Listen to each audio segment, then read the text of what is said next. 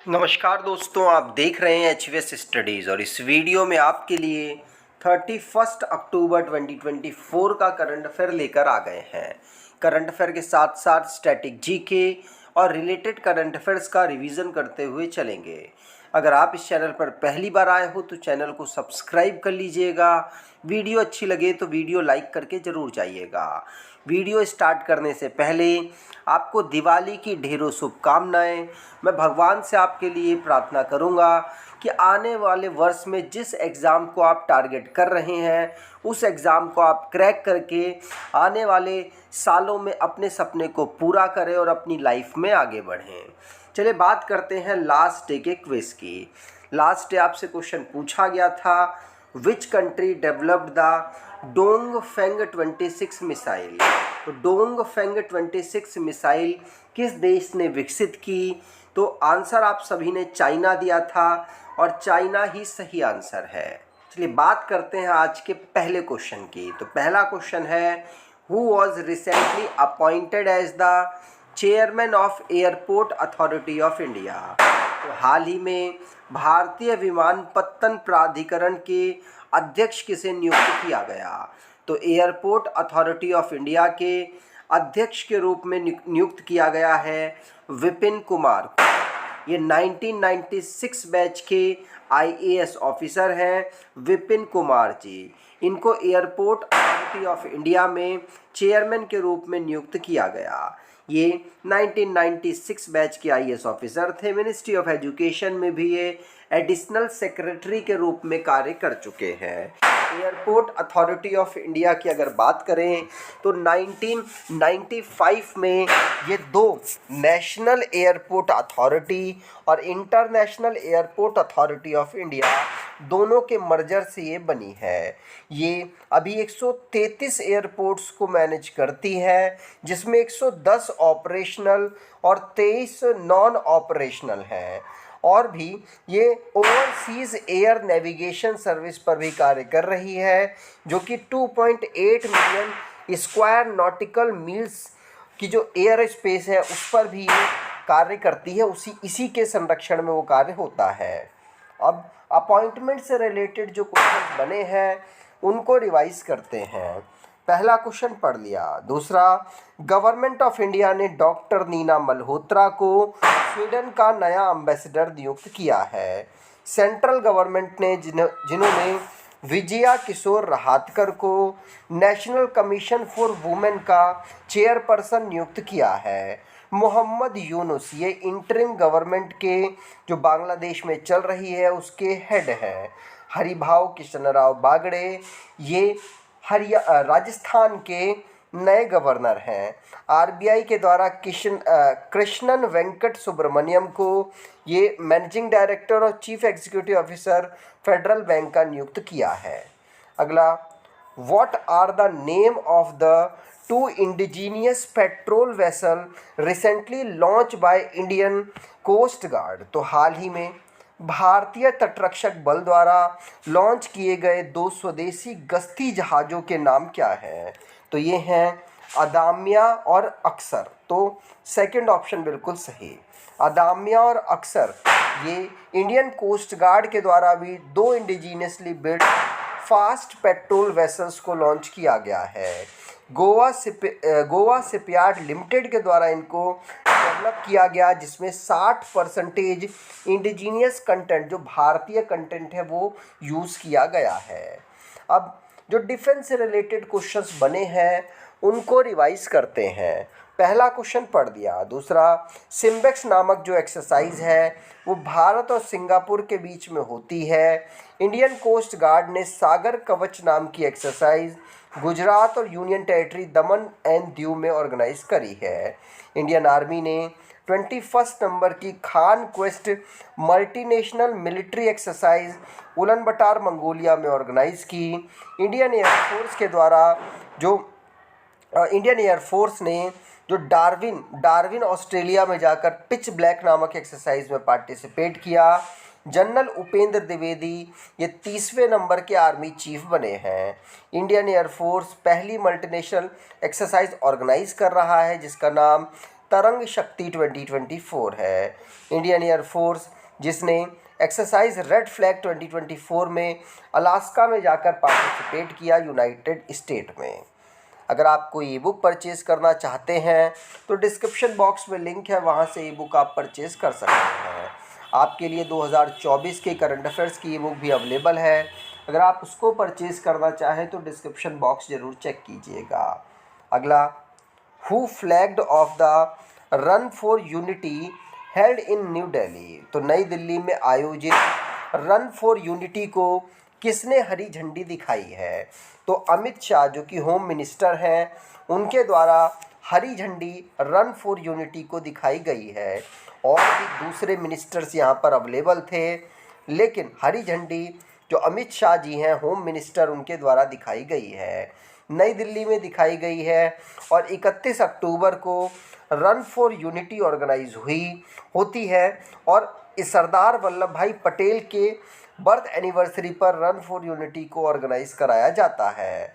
अगला, which bank has partnered with the Solex Energy to offer solar project financing under the सूर्य शक्ति solar finance scheme. तो सूर्य शक्ति सौर वित्त योजना के तहत सौर परियोजना वित्त पोषण की पेशकश करने के लिए किस बैंक ने सोलेक्स एनर्जी के साथ साझेदारी की है? तो ये भारतीय state bank SBI state bank of India ने साझेदारी की है। स्टेट बैंक ऑफ इंडिया ने 10 करोड़ रुपए तक का लोन यहाँ पर सोलर एनर्जी के लिए यहाँ प्रोवाइड कराने की अनाउंसमेंट की है, जिससे कि सोलर एनर्जी को ज़्यादा अफोर्डेबल और एसेसिबल बनाया जा सके।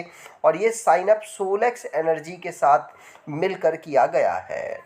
अगला, which country has opted out of China belt and road initiative following India decision. तो भारत के निर्णय के बाद किस देश ने चीन की बेल्ट एंड रोड इनिशिएटिव से बाहर निकलने का विकल्प चुना है? तो ये ब्राज़ील के द्वारा चुना गया है।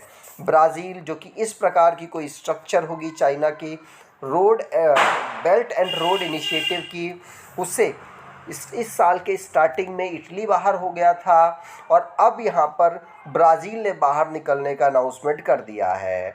ब्राज़ील ने ग्लोबल जो अभी रिसेंटली में ब्रिक्स की जो मीटिंग हुई थी उसके बाद ये डिसीज़न लिया है। ब्राज़ील और चाइना ब्रिक्स के फाउंडिंग मेंबर हैं। अगला, which village in Rajasthan is implementing a zero waste model using green technology। तो राजस्थान का कौन सा गांव हरित प्रौद्योगिकी का उपयोग करके शून्य अपशिष्ट मॉडल को लागू कर रहा है? तो ये आनंदी नामक जो गांव है उसके द्वारा लागू की गई है। इस जीरो वेस्ट के माध्यम से क्या होगा, तो इसमें जो वेस्ट निकल रहा है उसको एक फॉर्म से दूसरे फॉर्म में कन्वर्ट किया जाए, या फिर जो एग्रीकल्चर वेस्ट या फूड वेस्ट है उसको खाद के रूप में कन्वर्ट किया जाए, या कुछ और उसे कन्वर्ट यूज़फुल के रूप में किया जा सके। इस प्रकार का सिस्टम आनंदी जो एक छोटा सा राजस्थान के जयपुर के 43 किलोमीटर दूर गांव है, उसने यहाँ पर इसको अपनाया है। इसीलिए जीरो वेस्ट मॉडल को अपनाने वाला पहला गांव राजस्थान का बन गया है। राजस्थान की बात करें तो 30 मार्च 1949 को इसको राज्य के रूप में बनाया गया। कैपिटल इसकी जयपुर है। गवर्नर हरिभाव बागड़े हैं। चीफ मिनिस्टर भजन लाल शर्मा। लेजिस्लेचर यूनिकैमरल जहाँ पर 200 सीट्स, राज्यसभा में 10 और लोकसभा में 25 सीट्स आती हैं। डिस्ट्रिक्ट 50 हैं। Mukundra hill national park, desert national park, Keoladeo Ghana national park, Ranthambore national park, Sariska national park यहाँ के नेशनल पार्क हैं। अगला, Ballon d'Or is the flagship award in the sports of. तो बैलन डी ओर खेल का प्रमुख पुरस्कार है, ये किस खेल से संबंधित है? तो ये फुटबॉल से संबंधित है। फुटबॉल का साल में होने वाला सबसे बड़ा अवार्ड है बैलन डी ओर, और ये इस बार स्पेन के प्लेयर्स को मिला है। स्पेन के पुरुष में रोड्री को मिला है और फीमेल में एताना बोनमाटी को मिला है। ये जो अवार्ड है 1956 से स्टार्ट हुआ है। अगला, who is the female cricketer who has scored the most century for India in ODI cricket. तो एक दिवसीय क्रिकेट में भारत के लिए सबसे अधिक शतक बनाने वाली महिला क्रिकेटर कौन बन गई हैं? तो ये स्मृति मंदाना बनी है। स्मृति मंदाना जो कि मिताली राज को पीछे छोड़कर अब सबसे ज़्यादा ओडीआई सेंचुरी बना चुकी हैं। टोटल 8 सेंचुरी इन्होंने बना दी। मिताली राज जिन्होंने 7 सेंचुरी ओडीआई में बनाई हुई थी, उनका रिकॉर्ड टूट गया। अगला, Matthew Wade has recently announced his retirement from cricket. He is playing for which country. तो मैथ्यू वेड हाल ही में क्रिकेट से संन्यास की घोषणा कर चुके हैं। वह किस देश के खिलाड़ी हैं? तो वो ऑस्ट्रेलिया के खिलाड़ी हैं। उन्होंने इंटरनेशनल क्रिकेट से संन्यास की घोषणा कर दी है। ये ऑस्ट्रेलियन विकेट कीपर बैट्समैन हैं और इन्होंने 2011 में T20 इंटरनेशनल में डेब्यू किया था ऑस्ट्रेलिया के लिए। अगला question, when is Ayurveda day celebrated in 2024। तो 2024 में आयुर्वेद दिवस कब मनाया जाएगा? तो ये 29 अक्टूबर को मनाया जाता है। क्यों मनाया जाता है? क्योंकि इस दिन धन्वंतरी जो लॉर्ड धन्वंतरी जी हैं, उनका बर्थ एनिवर्सरी होती है और ये 2024 में 9वें नंबर का 29 अक्टूबर को आयुर्वेद डे ऑब्जर्व किया जा रहा है। इसकी theme Ayurveda innovation for global health रखी गई है। अब लास्ट डे के करंट अफेयर्स को रिवाइज करें तो इंडिया की रैंक लॉ इंडेक्स 2024 में वर्ल्ड जस्टिस प्रोजेक्ट के अनुसार 79th रही। समोआ ने कॉमनवेल्थ हेड ऑफ गवर्नमेंट्स की मीटिंग ऑर्गेनाइज की और हेड ऑफ गवर्नमेंट्स की मीटिंग में भारत की तरफ से किरण रिजिजू ने पार्टिसिपेट किया है। डोंग फेंग 26 मिसाइल को चाइना के द्वारा डेवलप किया गया और NGLV मतलब नेक्स्ट जनरेशन लॉन्च व्हीकल, जिसको इसको डेवलप करेगा जिससे कि रीयूजेबल रॉकेट को यूज़ किया जा सके। सरकार ने इसको 8,240 करोड़ रुपए जो फंड है वो एलोकेट कर दिया है। सोहराई पेंटिंग को प्राइम मिनिस्टर नरेंद्र मोदी ने रशिया के प्रेसिडेंट को ब्रिक्स समिट के समय पर गिफ्ट की है। यूनाइटेड स्टेट, जापान और साउथ कोरिया ये digital infrastructure growth initiative for India framework में अभी साइन अप कर चुके हैं। तीनों देश इसमें काम करेंगे मिलकर। और असम में अवेलेबल है बोरदोईबाम बिलमुख बर्ड सेंचुरी। यह अभी रिसेंटली में असम में जो इनके नंबर्स है बर्ड्स के, उसकी वजह से चर्चाओं में रही है। 26 अक्टूबर को हम ऑब्जर्व करते हैं जम्मू कश्मीर असेशन या मर्जर डे के रूप में। वर्ल्ड पोलियो डे हम 24 अक्टूबर को ऑब्जर्व करते हैं। आज के क्विज की बात करें तो who was recently appointed as the chairman of Airport Authority of India. तो हाल ही में भारतीय विमानपत्तन प्राधिकरण के अध्यक्ष के रूप में किसे नियुक्त किया गया? कमेंट बॉक्स में डिटेल में आंसर दीजिएगा। अगर आपको ये वीडियो अच्छी लगी है तो आपसे अनुरोध करूँगा वीडियो को लाइक कर दीजिएगा, चैनल को सब्सक्राइब कर लीजिएगा और अपने कुछ दोस्तों तक वीडियो को शेयर ज़रूर कीजिएगा। धन्यवाद।